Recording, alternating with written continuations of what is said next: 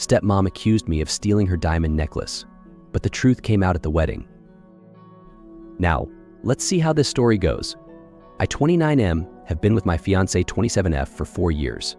She's always gotten along with my dad, but has never clicked with my stepmom, 46F. My dad remarried 6 years after my mom passed away. My stepmom is overbearingly strict with everything in her life. She wanted to plan every little detail of the wedding herself instead of letting my fiance care of it, forcing everything to her liking and becoming the center of attention. This did not sit well with either of us, and we had a big fight about it. A month ago, when our wedding invite was sent out and the whole no kids policy was put forth in the invitation, my stepmother had the final say. My father is her puppet. He'll always listen to whatever she says.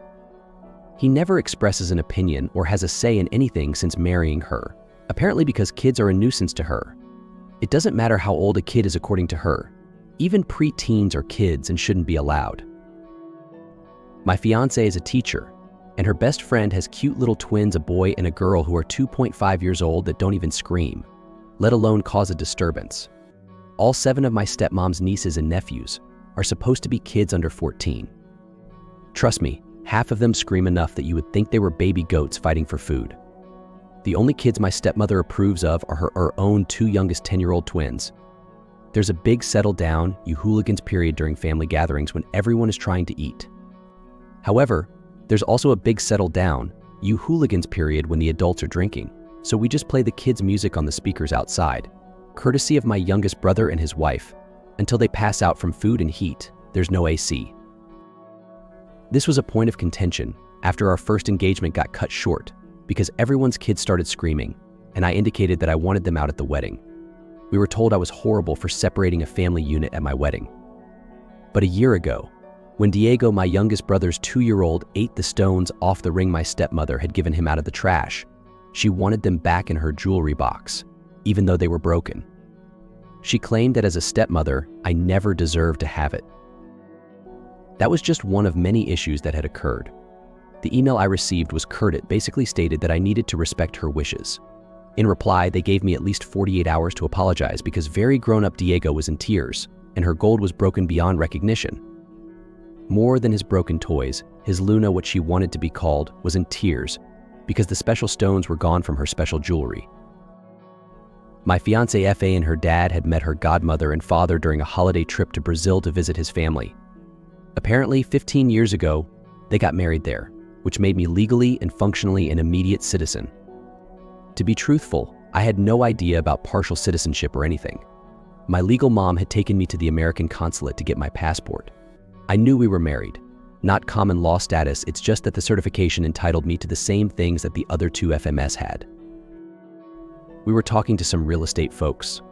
She didn't seem to care much about it, but she asked if there was somewhere locally we could build. The guys who did the work for my dad were praising the idea, saying it was worth doing a few rental properties around here so they'd have an excuse to visit. I indicated that at the moment there were no plans. If they allowed us to build between 2 lots and our neighbors didn't mind, it most likely would be on my uncle's property. It's a beautiful lot, has a small bit of woods, and has been in the family for a while. Unless my father dies, no one would uproot him or the garden. He is just for show. It's easier for us travelers to stay if they're farther from most of the family, but still able to drive in. She asked if she'd be welcome here, and I responded, of course this would be her home if she wanted it. She hadn't really done much research on the area surrounding the house. The community she was used to in Brazil is very close-knit, loud and chattery, completely the opposite of this one, where she knows people but hasn't really interacted with them. I hadn't realized that this would be a wedding visit and that she would want to move up here immediately. She called my father early in the morning, and during lunch, she told us she'd found a home a few minutes away that was going on the market soon and wanted us to check it out. I wasn't intending to leave my sleep-deprived fiancé homeless, so I offered them my guest room until it sold.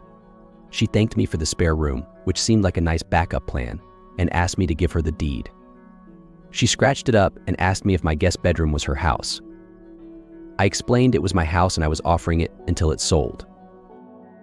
Then she went on a rampage, saying I was a bad son. If she had done it, I would have thrown a fit. She accused me of showing my English entitlement. In the last month, I've learned a lot about my fiance's culture.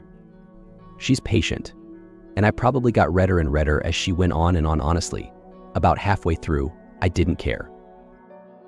Someone knocked just before Springer turned the knob yes. The door was open and stepped in, recognizing something and stepping back.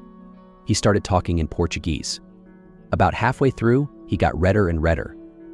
He said, "I don't need to know you're coming with me," and dragged me out of the house to talk.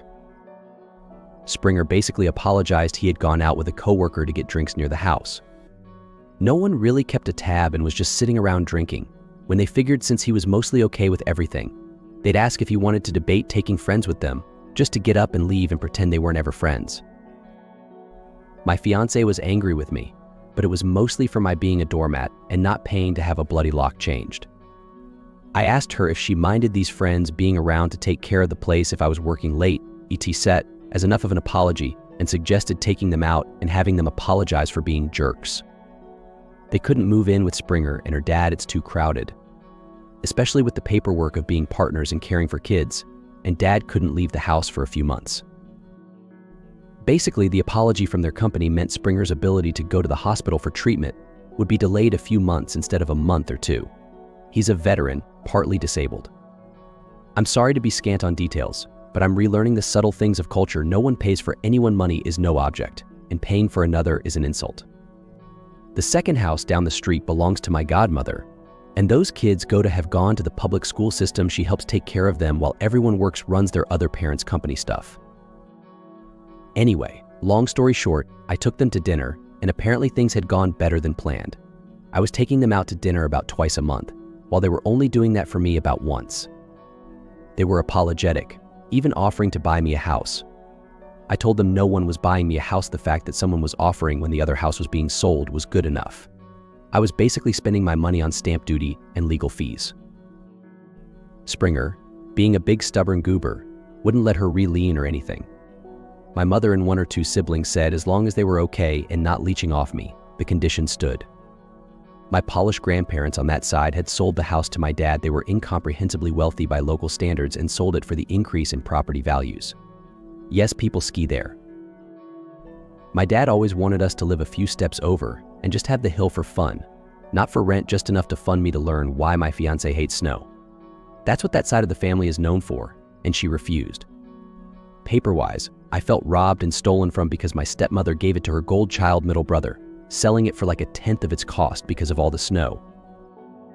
She got bolder and bolder, telling me half was mine, and I should sell it and buy something memorable with my sons. Those snowy days were always filled with snowball fights. The bottom two would always be frozen and then moved inside for food. I don't care about the snow. I heat the house and don't pay to leave the water running. She ran out of things to say when Springer walked in and started taking squash, that stuffed toy I had gotten for her to play with. By the time I came back in, she was halfway through apologizing, saying she couldn't bring all her stuff upstairs and that she was tired while F was getting her earrings she left in the car. I froze at the sight of half her normal jewelry box. I asked her what all her boxes were doing in my house instead of going upstairs. They were packed to go to her house. Legal mom was quiet. She didn't know English, and Springer said something and asked her.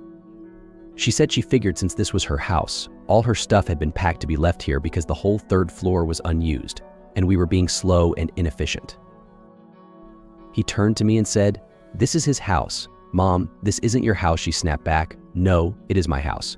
I will live lovingly with my beloved son." I told her she could either go home peacefully with her stuff or carry everything out of here and stay out. That made her happy to do some lifting, packing stuff around the house that didn't belong to her, but she was entitled to live here because it was her mother's. I had never been called son or anything before. It was always not her house on all accounts. I called to F while I was carrying the last box, I think it was her winter clothes, and asked her to warn her. She took me aside and immediately started going into soldier mode, recalling her mom teaching her how to handle conflict, while her mom seconded it. I didn't care enough to look confused. I thought she was referring to her ignoring her mother. When no one looked at her, I asked Springer not to do that Dematzer thing. She looked genuinely stunned. She huffed and said she thought she was enough to make me lean into the world. To be fair, she is. I have never actually loved somebody that much. To her aunt, that's a sweet thing, but I'm still a man. Don't threaten to steal my freaking house, because I actually am a doormat at least half the time anyway.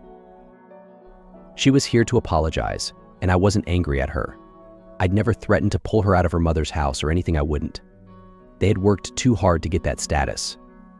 Once she goes and warms her mom, I'll head upstairs. She asked me if I wanted to talk about this. I said, I don't have enough knowledge on anything. Frankly, she's more educated in this matter than I am. F. Edwards is healthy enough that she can travel back and forth frequently because they are. I gave her a kiss on the cheek, went back, packed my clothes, and seriously thought about whether she'd let me surprise her, threatening to carry her into my house without any clothes or anything over Christmas defiantly. Silence ensued, other than her packing, while I looked on knowingly. After she unburdened herself or whatever with her mother, I knew her mom was staying over tomorrow.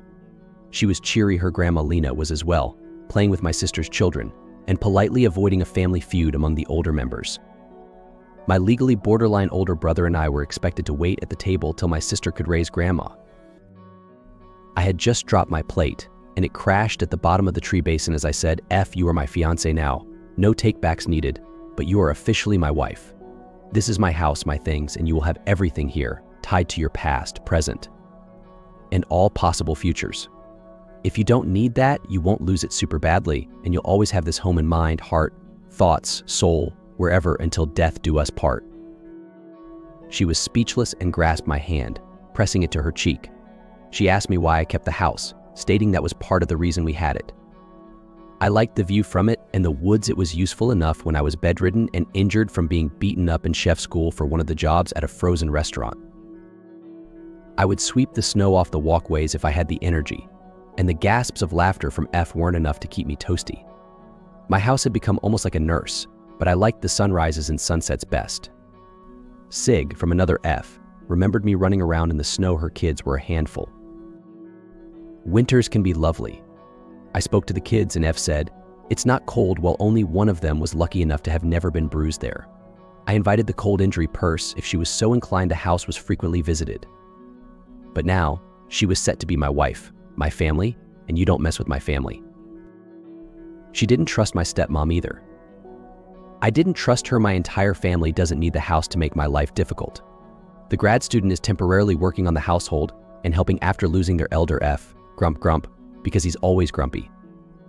My dad was here so much every year, I felt like I was tracking every page of that book of life, and especially when he got stressed. The non-white folks didn't random racist me while I was here. The white and half-white folks did, and I wanted to understand why. School, plain, grump, up to GFG, had the same difficulties I did, even if his challenges were different. In closing, there's so much more to be told eventually. Seriously, time doesn't stop for anyone. My mom only remembers a bit of the language from her mind, second mother's tongue, but even she doesn't comprehend it all. This house is her daughter's treasure. She saw a few picture frames hanging around and asked me, did you steal that? And no. What did it cost? Money, like almost all art on the wall, except my sister's school SFC. My other F instinctively shook her head as she struck me, saying, Floor mom can't make you not do what you want with what's yours. Kissing my forehead, she let me know she was done and dusting off my belongings. She apologized for the unsettling words, and if S's mother asked, just say she wasn't angry that S was staying with her mother, which clarified anything underlying. My mother looked like she was about half asleep when she finally asked me what I would like to eat. Panera, Pineo, and anything sweet, like shortbread cake and calendula, because F made my grandma from Mother's Land dessert, like sweet potato, pull apart. If you're in the Southern Hemisphere, the irony is palpable. The basics were gone, but even if she had thought it was still her land to live lovingly with her kids, they'd have enough. There should have been enough bread, soup, and meat dishes for her not to go without. I think she realized this isn't one of the towns my mom is familiar with. I know Forum Bar F and the other two FS plans are to be with Mother early in the day tomorrow. I need to do something about my mom, and I have a stack of bills waiting. I think I need more than I hoped for presidents without direct family proverb. Edit Springer isn't my father or legal F, but he's basically acting as my stepdad until legal F presents himself. Legal mother is here to work the land and raise her children, a Doge child family, yes. Apparently the baby fixation isn't just human. The fixated dog jumped off the equivalent of 9 feet, learning that the door isn't blocking him if he wants to go. Springer and my stepbud have demi-types, Magic S, and their collective human father, with their wonderful human mother Z, will be here shortly. Legal mom is legally my mom. I'm happy that both the legal and financial matters have died down enough to safely navigate the 8-count years, and my mom in DC in 2 countries were the state husband. I mean, she truly worships that continent figuratively, if not literally. She genuinely thinks I study hex stuff. Schwester, Sleep, and neighbors are dealing with one of the 3 workarounds for short-term city permits with the house being rented, dealing with grandma's belly. I'm sore and aware of how much I'd have to cross, and both my grandma and I are tired. Edit 2 after long weeks. Things are getting better. Recovery has been ongoing. I've been reading everything through again and correcting what I can. Springer means I have an extremely German house now, in many ways. Effrey Screwy is looking for a job. She's been told she can do children's stories with music and songs with grandma while the other aunt sibling goes. The kids have a week or 2 to retake their lives. I'm hiring someone to check on things because I forgot the little hooligans have burrowed into the spaces, and I know half the carpet is taped down. The family will be at the house to celebrate, and I have to get my she to unblock all these obstacles. Some people are asking how she uses the house to thaw out your ice. Money. I typed money because the space bar is not working. Goober. Now her sister with too many kids and a husband with too many not legally acknowledged children is staying here until my mom allows my human father to recover. My sister has threatened to sue daddy. Why would you abandon dad last minute? Without family, did you expect child welfare? Yes, hold, but we were family. Granddaddy's land had 2 sons, and my family needed caring like some other families that took care of us while temporarily on vacation, shuttling kids to testify against how they weren't maltreated. Those are the terms in place, actual court actions caught, and they spoke truth. I'm as my legal family settles into the legal house. They told me to use money and tools for whatever extra costs arrived. We can't go homeless. We're trying to manage, either through college preparation or reconnecting with excess causes of our earlier disasters. My older brother and middle brother are asking if my 2 floors can stay with him and his partner, who have sons. He's looking for work here and seems to like the kids. Some constructive, if blunt, corrections. Whether he acknowledges me as his protected space. My house is still a house and not a family territory, so paying people to help doesn't affect household ski. With electricity, water, the things human beings do, we can trade some and human families, with the pets either settling in or boarding out excess costs, as was yesterday. Subscribe for more Reddit stories like this.